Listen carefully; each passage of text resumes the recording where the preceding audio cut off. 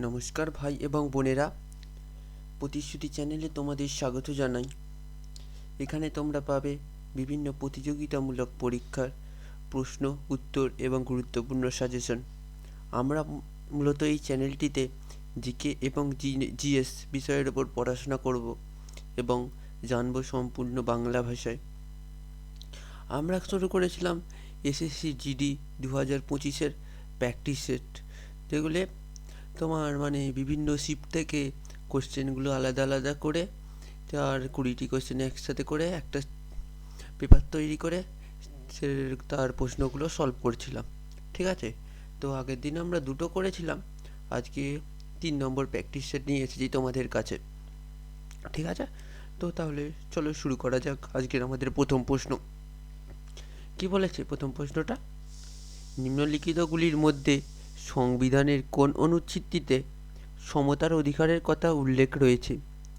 নিম্নলিখিতগুলির মধ্যে সংবিধানের কোন অনুচ্ছেদটিতে সমতার অধিকারের কথা উল্লেখ রয়েছে? সমতার অধিকার কথা রয়েছে 19 থেকে 22, নাকি 23-24, কি 14 থেকে 18, নাকি 15 থেকে 28? কি বলেছে? সমতার অধিকার। ঠিক আছে, 14 থেকে 18 কি সাম্যের অধিকার, 19 থেকে 22 কি স্বাধীনতার অধিকার, 23-24 শোষণের বিরুদ্ধে অধিকার, 25 থেকে 28 ধর্মীয় স্বাধীনতার অধিকার। ঠিক আছে, তাহলে 14 থেকে 18 কি তোমার সাম্যের অধিকার। সাম্যের অধিকার মানে এটাই সমতার অধিকার। তাহলে অপশন সি হয়ে যাবে আমাদের সঠিক উত্তর। অপশন সি হয়ে যাবে আমাদের সঠিক উত্তর। ঠিক আছে, এছাড়া তোমার আছে 29-30। 29-30 হলো তোমার শিক্ষা এবং সংস্কৃতির অধিকার। 29-30 এবং 32 থেকে 35 হলো সাংবিধানিক প্রতিবিধানের অধিকার। 32 থেকে 35 কি সাংবিধানিক প্রতিবিধানের অধিকার, 32 থেকে 35। ঠিক আছে, আর 31 নম্বর যে ধারাটা, ওটা এখন আর নাই, ওটা আগে সম্পত্তির অধিকারে ছিল, এখন ওটা 300 এতে চলে গেছে, 300 এ। ঠিক আছে, তাহলে এটা সঠিক উত্তর কী হবে? 14 থেকে 18 সাম্যের অধিকার বা সমতার অধিকার। এটা দেখো কি বলেছে। অনুচ্ছেদ 19-এ কি আছে? অনুচ্ছেদ 19-এ আছে স্বাধীনতার অধিকার। অনুচ্ছেদ 20 অপরাধের জন্য দোষী সাব্যস্ত হওয়ার ক্ষেত্রে সুরক্ষা। মানে কোনো অপরাধের যে তুমি দোষী যে হও, তো তাতে কি কিছু সুরক্ষার ব্যবস্থা আছে, সেটাই। অনুচ্ছেদ 21 কি জীবন এবং ব্যক্তিগত স্বাধীনতার সুরক্ষা। অনুচ্ছেদ 22 খামখেয়ালি গ্রেপ্তার এবং আটক থেকে সুরক্ষা। মানে যখন কোনো কিছু প্রমাণ ছাড়াই তোমাকে আটক করে নিল, সেক্ষেত্রে তোমাকে সুরক্ষা দেবে অনুচ্ছেদ 22। ঠিক আছে, 23-24 কি শোষণের বিরুদ্ধে অধিকার। 25 থেকে 28 ধর্মীয় স্বাধীনতার অধিকার। 29-30 সংখ্যালঘুদের অধিকার বা সংস্কৃতি ও শিক্ষাগত অধিকার। এবং তোমার আছে অনুচ্ছেদ 32 থেকে 35 সাংবিধানিক প্রতিবিধানের অধিকার। ঠিক আছে, খাতায় নোট করে নিও তোমরা, তাহলে পড়তে সুবিধা হবে পরবর্তীতে।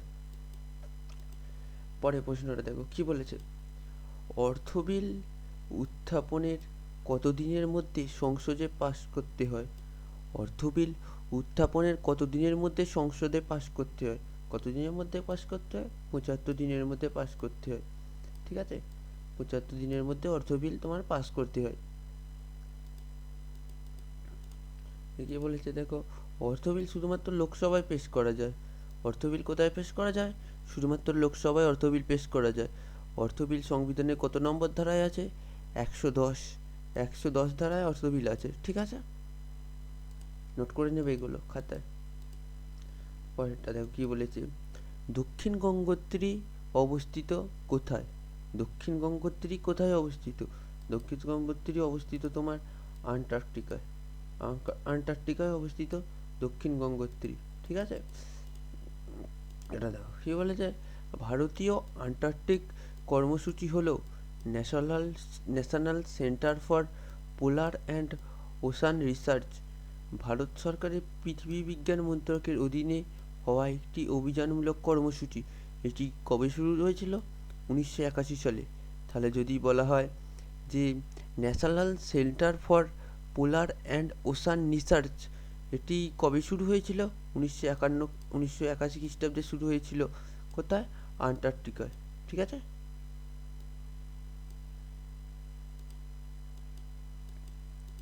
পরের প্রশ্নটা দেখো কি বলেছে, নিচের কোনটি রাষ্ট্র পরিচালনার নির্দেশমূলক নীতি?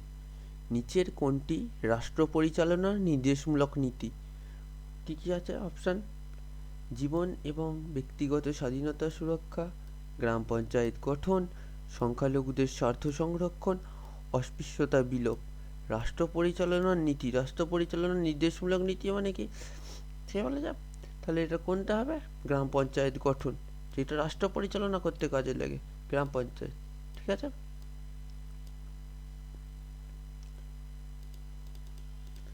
এটা দেখো আর কি বলেছি, ধারা 38। ধারা 38 কি? ন্যায় বিচার, সামাজিক, অর্থনৈতিক ও রাজনৈতিক যারা জড়িত সামাজিক শৃঙ্খলা রক্ষার মাধ্যমে জনগণের কল্যাণ প্রচার করা, আয়ের অবস্থা এবং সুযোগ সুবিধাগুলি এবং সুযোগগুলিতে বৈষম্য হ্রাস করতে কাজে লাগে তোমার কত? ধারা 38। ঠিক আছে, ধারা 40 কি? এটা বললাম, ধারা 40 যে গ্রাম পঞ্চায়েত গঠন করতে আছে, ধারা 40।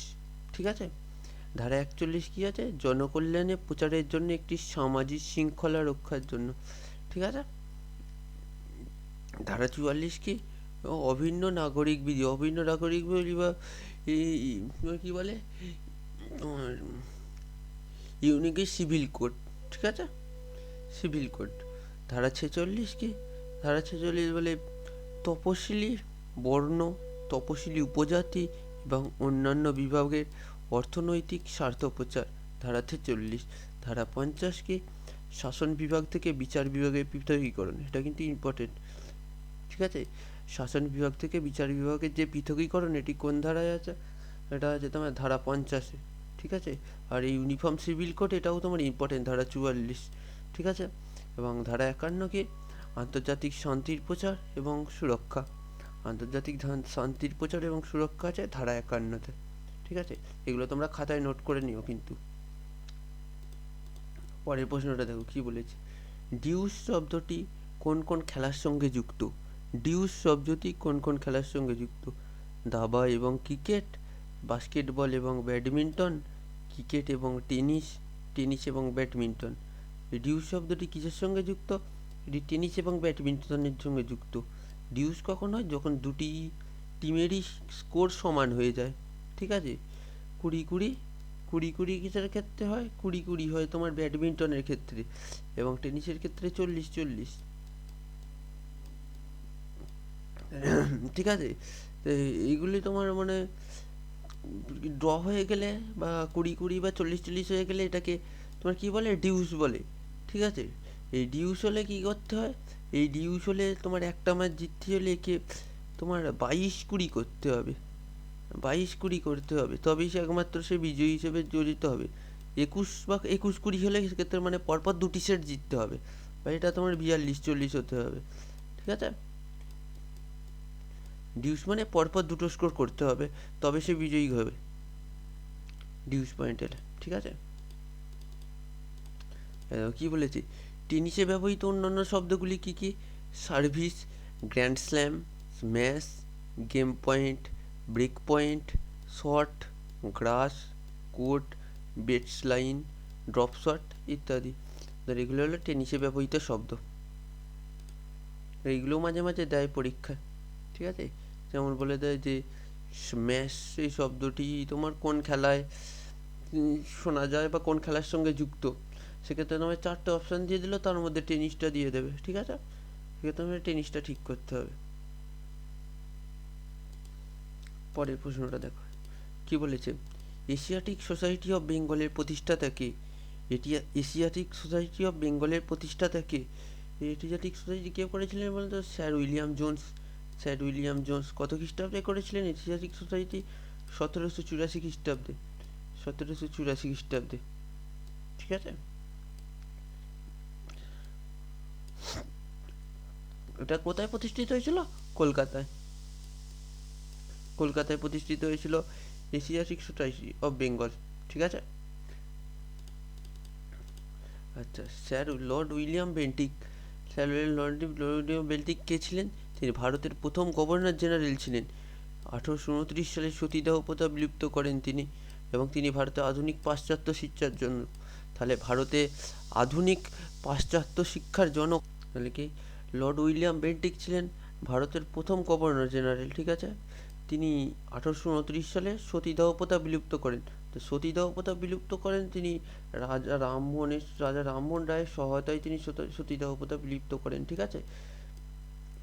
আর অ্যানি বেসান্ত কিন্তু ছিলেন, অ্যানি বেসান্ত ছিলেন তোমার প্রথম ভারতের জাতীয় কংগ্রেসের প্রথম মহিলা সভাপতি ছিলেন অ্যানি বেসান্ত। এটা যে প্রথম মহিলা সভাপতি, তিনি কোন অধিবেশনে ছিলেন বলো তো?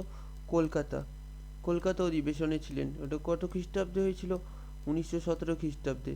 1917 খ্রিস্টাব্দে কলকাতা অধিবেশনে ছিলেন, ঠিক আছে। প্রথম মহিলা সভাপতি ছিলেন অ্যানি বেসান্ত, ঠিক আছে। আর 1925 সালে 1925 সালে তোমার কানপুর অধিবেশনে হলেন, তিনি কানপুর অধিবেশনে ছিলেন। তো তিনি ছিলেন সরোজিনী নাইডু 1925 সালে কানপুর অধিবেশনে তিনি প্রথম ভারতীয় মহিলা সভাপতি ছিলেন, ঠিক আছে। জাতীয় কংগ্রেসের প্রথম অধিবেশন কোথায় হয়েছিল? জাতীয় কংগ্রেসের প্রথম অধিবেশন হয়েছিল তোমার মুম্বাইয়ে কোথায়? গোকুলদাস তেজপাল কলেজে প্রথম অধিবেশনের যে সভাপতি কে ছিলেন? ডাব্লিউ.সি. ব্যানার্জি বা উমেশচন্দ্র ব্যানার্জি ছিলেন। ভারতের জাতীয় কংগ্রেস প্রতিষ্ঠা কে করেছিলেন? A.O. হিউম বা অ্যালান অক্টাভিয়ান হিউম, ঠিক আছে। অ্যালান অক্টাভিয়ান হিউম জাতীয় কংগ্রেস প্রতিষ্ঠা করেছিলেন।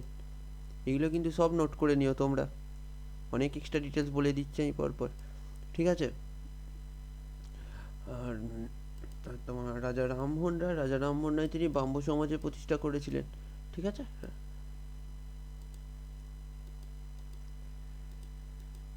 পরের প্রশ্নটা দেখো, 7 নম্বর প্রশ্ন কি বলেছে?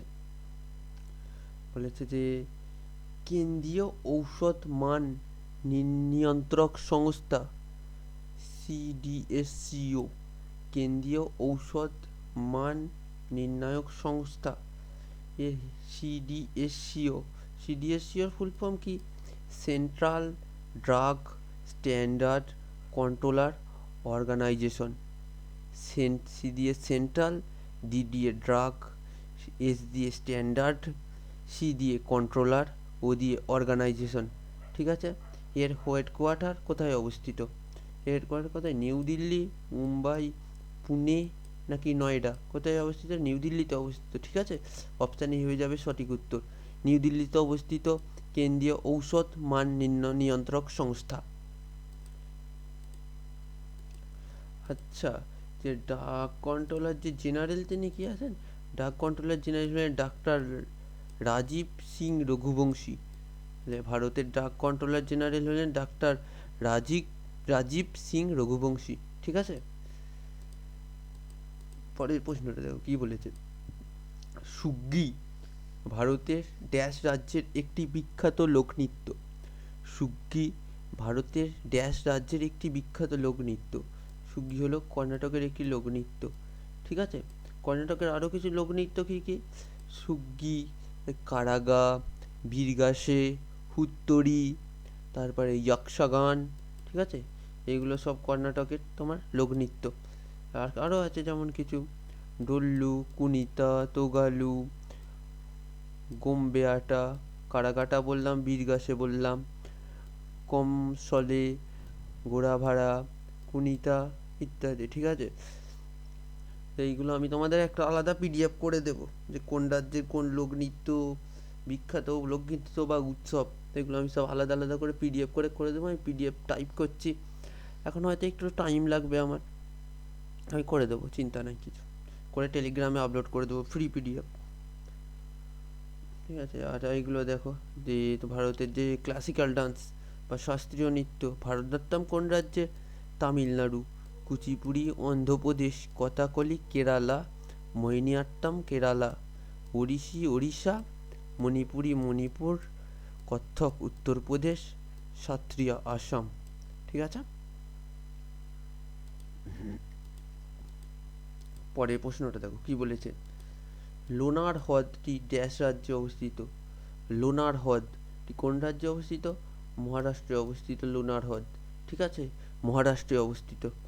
আচ্ছা, পশ্চিমবঙ্গে কি কি হ্রদ আছে? সুমেন্দু হ্রদ, রবীন্দ্র সরোবর, রসি কবিল হ্রদ, সুভাষ সরোবর হ্রদ। ঠিক আছে। তেলেঙ্গানায় কি কি আছে? হোসেন সাগর হ্রদ, লাকনাভারম চেরুভু, লাকনাভারম চেরুভু। এবারে কি? হিমায়ত সাগর হ্রদ, স্বামীরপেট হ্রদ। ঠিক আছে। অন্ধ্রপ্রদেশে কি কি আছে? কোলেরু, পুলিকট, কাম্বুম হ্রদ। ঠিক আছে। এগুলো তোমার অনেক সময় কেমন করে দেয় বলো তো, যে তোমার এইদিকে 4টে রাজ্যের নাম দিয়ে দেবে, এ বি সি দিয়ে, A B C R D, 4টে রাজ্যের নাম দিয়ে দেবে, আর এখানে 1 2 3 4 এরকম করে 4টে হ্রদের নাম তোমাকে দিয়ে দেবে এখানে। ঠিক আছে। এবার তোমাকে বলে দেবে যে এ এর সাথে কোনটা মিল হবে, বি এর সাথে কোনটা হবে, সেইটা তোমাকে মিলে তোমাকে সেটা ঠিক করতে হবে। ঠিক আছে। এরকম করে এইগুলো দেবে। তাই তোমাকে মোটামুটি প্রতিটা রাজ্যেরই কী কী হ্রদ আছে ইম্পর্টেন্টগুলো তোমাকে মনে রাখতে হবে। এইগুলো দেয় এরভাবে। আর দেয় যে বাঁধগুলো, ঠিক আছে, ওই বাঁধ এইগুলো সময় এইগুলো এরকমভাবে মনে রাখতে হবে ভালো করে। পরের প্রশ্নটা দেখো কি বলেছে। নিচের কোন নৃত্যশৈল দক্ষিণ ভারতের অন্তর্গত নয়? নিচের কোন নৃত্যশৈল দক্ষিণ ভারতের অন্তর্গত নয়? আচ্ছা আমি দেখি। কথাকলি কোন রাজ্যের বলো তো? কথাকলি কেরালা। কথাকলি কেরালা রাজ্যের। তাহলে কেরালা কোথায়? দক্ষিণ ভারতে। কত্থক, কত্থক কোথায়? উত্তরপ্রদেশের। উত্তরপ্রদেশের হলো কত্থক। তাহলে সেটা কোথায়? উত্তরপ্রদেশ। তোমার ভারতের ম্যাপের কোন দিকে আছে উত্তরপ্রদেশ? এরকম আছে তো, ঠিক আছে। এই জায়গাটায় উত্তরপ্রদেশ আছে, মানে তোমার উত্তর দিকে। ঠিক আছে। তাহলে দক্ষিণ ভারতের অন্তর্গত নয় মানে তোমার কত্থক। তাহলে অপশন বি হয়ে যাবে আমাদের সঠিক উত্তর। ঠিক আছে। ভারতনাট্যম, ভারতনাট্যম তামিলনাড়ু, তামিলনাড়ুও দক্ষিণে। মোহিনীআট্যম কেরালা, ওটাও দক্ষিণে। তাহলে অপশন বি হয়ে যাবে আমাদের সঠিক উত্তর। কত্থক হলো উত্তর ভারতে, দক্ষিণ ভারতের অন্তর্গত নয়। ঠিক আছে। এইগুলো আমি একটু আগে বলে দিলাম এগুলো। পরের প্রশ্নটা দেখো কি বলেছে। ভারতের জাতীয় যুদ্ধ স্মৃতিসৌধ কোথায় অবস্থিত? ভারতের জাতীয় যুদ্ধ স্মৃতিসৌধ কোথায় অবস্থিত? নতুন দিল্লি, কোচি, রাজকোট না আন্দামান? ভারতের জাতীয় যুদ্ধ স্মৃতিসৌধটা নতুন দিল্লিতে অবস্থিত। ঠিক আছে।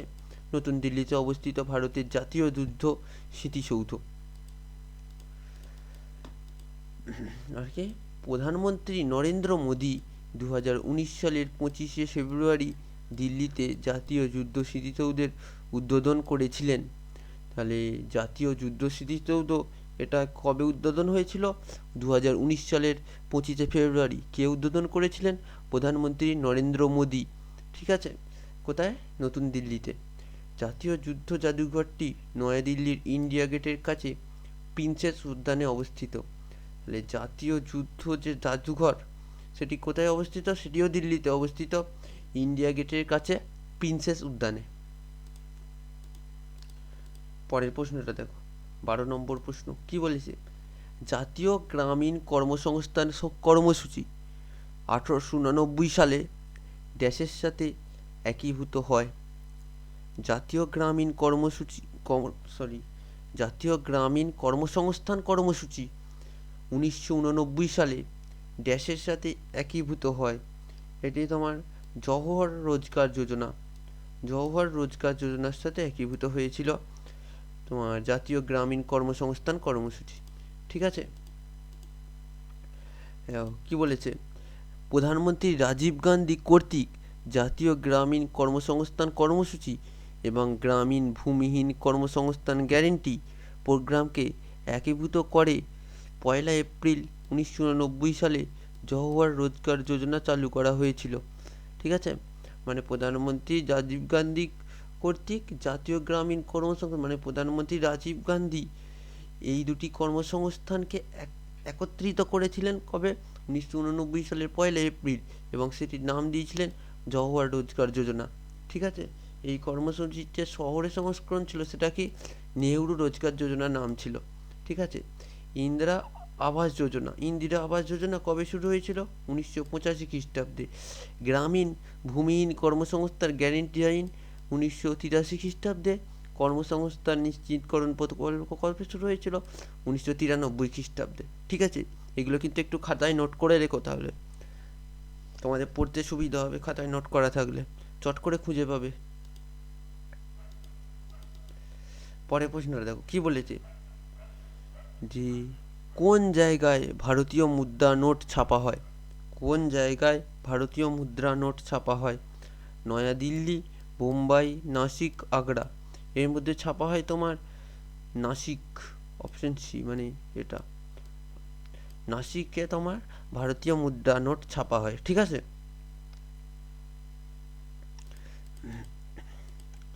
হ্যাঁ দেখো কি বলেছে, সরকারি মালিকাধীন ছাপাখানাগুলি নাসিক এবং দেওয়াস এ রয়েছে। সরকারি মালিকাধীন যে ছাপাখানাগুলি আছে সেগুলো নাসিক এবং দেওয়াসে রয়েছে। নাসিক কোথায়? পশ্চিম ভারত, এবং দেওয়াস হলো মধ্য ভারতে। অন্য দুটি যে ছাপাখানা সেগুলো মহীশূর দক্ষিণ ভারতে এবং শালবানি পূর্ব ভারতে। শালবানি কোথায় অবস্থিত? কলকাতায় শালবানি। ঠিক আছে, তার টাক্সারগুলি কোথায় অবস্থিত? মুম্বাই, হায়দ্রাবাদ, কলকাতা এবং নয়ডায় অবস্থিত। ঠিক আছে, কলকাতা, হায়দ্রাবাদ, মুম্বাই এবং নয়ডা।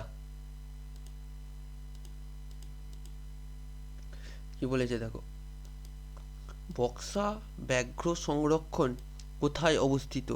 এটা তো তোমরা সকলেই জানো, বক্সা ব্যাঘ্র প্রকল্পটা পশ্চিমবঙ্গে অবস্থিত, বক্সা ব্যাঘ্র প্রকল্প।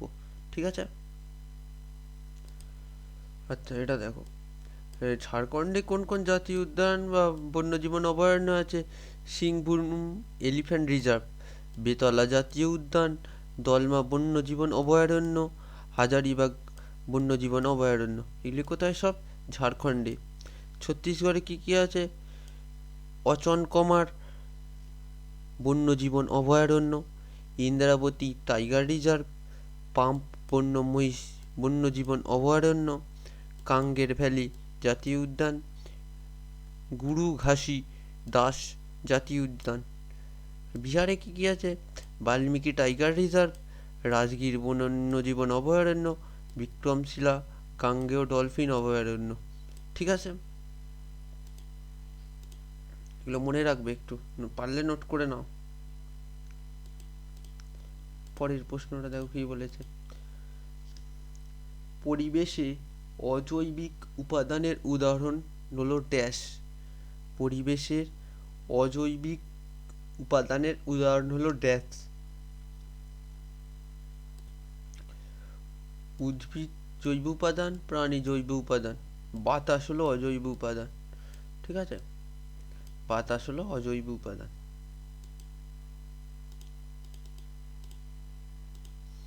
আর কি বলেছে, নিম্নলিখিত কোনটি শক্তির একক নয়? নিম্নলিখিত কোনটি শক্তির একক নয়? ক্যালোরি, ক্যালোরি শক্তির একক। বিটিইউ, বিটিইউ কি? British temperature unit, British temperature unit, এটিও শক্তির একক। ঠিক আছে, আর জুল, জুল শক্তির একক। কিন্তু ফোনটা তোমার শক্তির একক নয়। ঠিক আছে, ফোনটি কি? ফোন কিসের একক? তোমার খাঁটি সুরের শব্দের তীব্রতা পরিমাপের একক। খাঁটি সুরের শব্দের তীব্রতা পরিমাপের একক হলো ফোন। ঠিক আছে,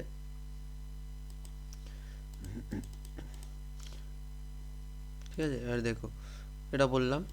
আর যে তাপমাত্রার এসআই একক হলো কেলভিন, তাপমাত্রার এসআই একক হলো কেলভিন। ঠিক আছে, সেলসিয়াস তাপমাত্রার একটি লব্ধ একক, সেলসিয়াস হলো তাপমাত্রার একটি লব্ধ একক। শক্তি এবং কার্যের এসআই একক কি? জুল, জুল হলো শক্তি এবং কার্যের এসআই একক। ঠিক আছে, ক্ষমতার এসআই একক হলো ওয়াট, ওয়াট হলো ক্ষমতার এসআই একক। চাপের এসআই একক হলো পাস্কাল। ঠিক আছে, পাস্কাল হলো চাপের এসআই একক। পরের প্রশ্নটা দেখো কি বলেছে, সম্প্রতি মার্কিন যুক্তরাষ্ট্র কোনো দেশকে প্রধান নন ন্যাটো মিত্র হিসাবে মনোনীত করেছে, যা তাদের প্রতিরক্ষা ও নিরাপত্তা সহযোগিতা বৃদ্ধি করবে। আচ্ছা, সম্প্রতি মার্কিন যুক্তরাষ্ট্র কোন দেশকে প্রধান নন ন্যাটো মিত্র হিসাবে মনোনীত করেছে, যা তাদের প্রতিরক্ষা ও নিরাপত্তা সহযোগিতা বৃদ্ধি করবে? দেখি দক্ষিণ আফ্রিকা, কেনিয়া, নাইজেরিয়া না মিশর? কোন দেশকে করেছে? এটা কেনিয়াকে। ঠিক আছে, কেনিয়াকে তাদের নন ন্যাটো মিত্র হিসাবে যুক্ত করেছে মার্কিন যুক্তরাষ্ট্র। কিসের জন্য? তাদের প্রতিরক্ষা নিরাপত্তা সহযোগিতার জন্য।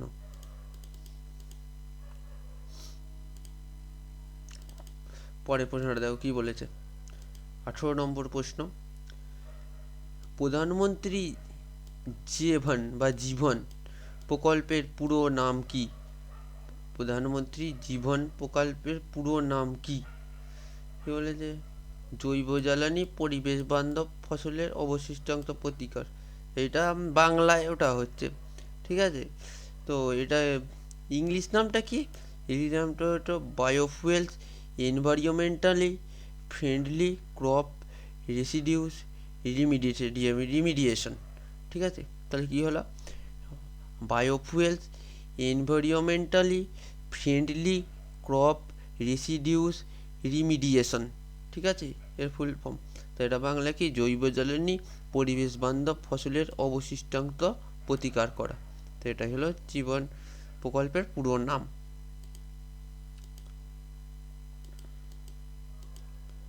ঠিক আছে, কি বলছে? প্রধানমন্ত্রী জীবন, ঠিক আছে, জৈব ইন্ধন বাতাবরণ অনুকূল ফাউলস অ্যাওয়ারনেস নিবারণ যোজনা। তাই এটা করতে হবে না, তা ভুল দেওয়া আছে একটু।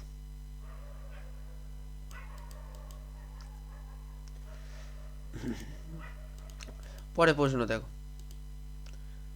কি বলেছে। 19 নম্বর প্রশ্ন, 2024 সালের বিজ্ঞান রত্ন বিভাগে রাষ্ট্রীয় বিজ্ঞান পুরস্কার কে পেয়েছিলেন? 2024 সালের বিজ্ঞান রত্ন বিভাগে রাষ্ট্রীয় বিজ্ঞান পুরস্কার কে পেয়েছিলেন? এটা কি বলেছে? Professor Govindarajan Padmanabhan, doctor Ananda Ramakrishnan C, professor Umesh Basne, professor Syed Waji Ahmed Naqvi.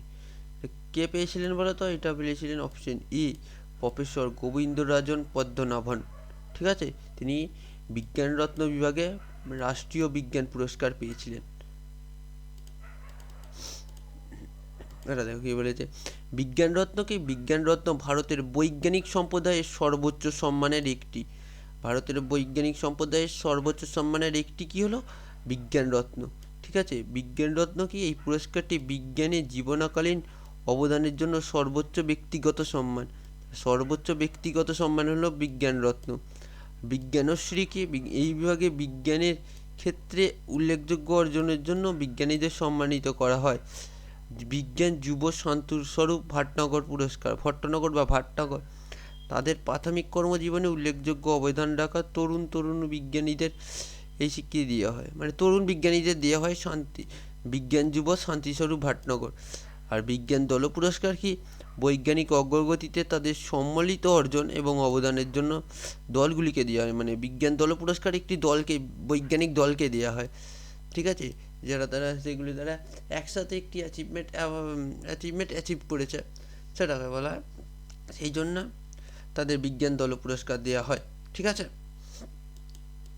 আজকের 20 নম্বর প্রশ্ন এবং আজকের শেষ প্রশ্ন যে টি-20-তে 200টি ছক্কা মারা প্রথম ব্যাটসম্যানকে? টি-20-তে 200টি ছক্কা মারা প্রথম ব্যাটসম্যানকে? প্রথম ব্যাটসম্যান হলো রোহিত শর্মা। ঠিক আছে, টি-20-তে 200টি ছক্কা মারা প্রথম ব্যাটসম্যান হলো রোহিত শর্মা। ঠিক আছে, আর তোমার ক্রিস গেইল হলো আইপিএলে সর্বোচ্চ স্কোর। আইপিএলে সর্বোচ্চ স্কোর করা ব্যাটার হলে ক্রিস গেইল। ঠিক আছে, তিনি হাই স্কোর কত? 175 নট আউট। ঠিক আছে, 175 নট আউট। আর ইন্টারন্যাশনাল ক্রিকেটে টি-20-তে সর্বোচ্চ রান করা প্লেয়ারকে? তিনি হলেন অ্যারন ফিঞ্চ হলেন। তিনি তার সর্বোচ্চ ব্যক্তিগত স্কোর কত বলো তো? 172। ঠিক আছে, এটি হলো টি-20-তে আপাতত সর্বোচ্চ স্কোর, মানে ব্যক্তিগত সর্বোচ্চ স্কোর।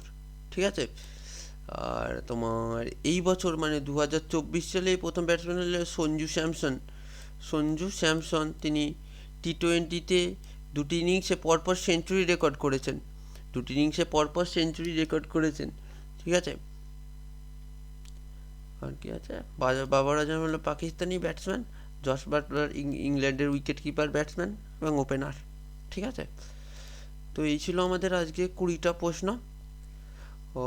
তো ভিডিওটি ভালো লাগলে লাইক করে দিও, চ্যানেলটা নতুন হয়ে থাকলে সাবস্ক্রাইব করে দিও। কালকে আমরা আবার 20টি প্রশ্ন নিয়ে আসবো। আমি কোশ্চেনটা বাড়ানোর চেষ্টা করছি, আসলে আমার একটু উল্টো দিকে কাজের চাপ আছে, তাই বেশি করে এখন দিতে পারছি না, তবে আমি চেষ্টা করব বেশি করে দেওয়ার।